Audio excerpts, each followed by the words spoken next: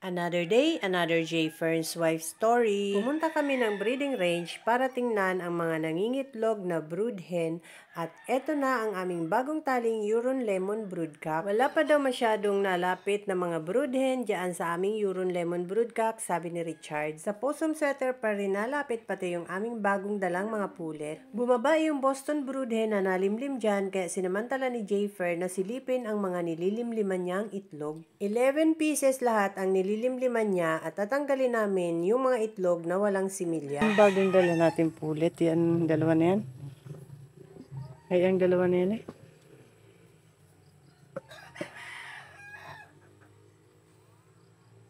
Iba talaga kapag naaalpasan ang mga manok. Hindi ko na makilala yung mga pulet na bagong dala namin doon. Biglang naglakihan sa breeding range. Malaya kasi silang nakakalipad doon at nakakapanuka na rin ng mga damo. Para silang biglang nagmature sa loob ng breeding range. Nalapit na rin sila sa possum sweater para magpababa. Dalawang itlog ang walang similya sa nililimliman ng aming Boston brood hen. Yung isa naman ay medyo pangit ang similya kaya pinatanggal ko na rin.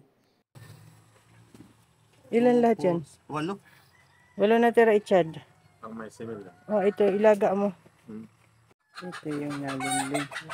Napansin ko ang aming Boston brood hen ay madumi ang binti. Sinabi ko kay J. Fern na linisan at nalimlim pa naman. Yun nga lang nung tiningnan namin ay may sugat pala sa binti ang aming brood hen. Pinahuli ni J. Fern kay Richard ang aming Boston brood hen para tingnan ang binti nito. Para siyang nagdadry at natutuklap ang kaliskis sa binti. At yung natuklapan ng kaliskis ay namumula. Kaya pinakuha ni J. Fern si Richard ng gasolina at bubuhusan daw ang sugat sa binti ng manok. May gasolina pa yung grass cutter kaya bumawas ang gasolina doon si Richard, nilagay sa takip ng bote. At yan dahan-dahan niyang binubuhos sa binti ng manok at para ma-absorb yung gasolina. Para mamatay yung bakterya sa binti ng manok dahil nalimlim niya, naluluom ang kanyang binti kaya lalong lumalala yung sugat. Buti na lang napansin ko kaagad yung binti ng manok, kung hindi baka malala na yan bago magpisaan ang mga itlog niya. Paulit-ulit na binuhusan ng gasolina ang sugat sa binti ng manok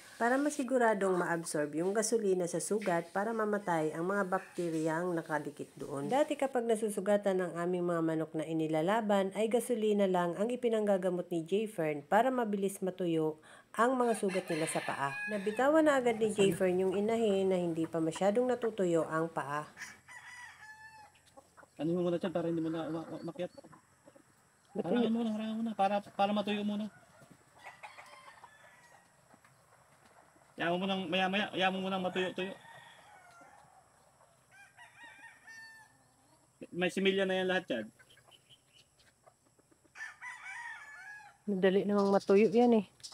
Buti na lang hindi agad bumalik sa pugad niya ang inahin. Nakahapon lang siya sa ibabaw ng tangkal. Nararamdaman siguro niyang basa pa ang kanyang paa. Bumaba muna ulit ang inahin at nagpaikot-ikot at nanuka na rin ng mga damo sa baba. Medyo paika-ika na rin siyang maglakad. Siguro ay nasasaktan na rin siya dun sa sugat niya sa binti dahil dalawang binti niya ang may sugat. Hindi kasi halatang sugat yung nasa binti niya dahil parang dumilang na dumikit sa binti. Nabasagan daw kasi yan dati ng itlog, sabi ni Richard, nung mga unang nangingitlog pa lang siya, kaya siguro dumikit yung mga dumi sa binti niya. Baka yun ang cause ng infection, kaya naging ganun ang binti ng aming inahin. At yan, maya-maya pa, bumalik na ulit siya sa kanyang pugad. Malapit na ring mapisa ang mga itlog nito, mga second week ng January.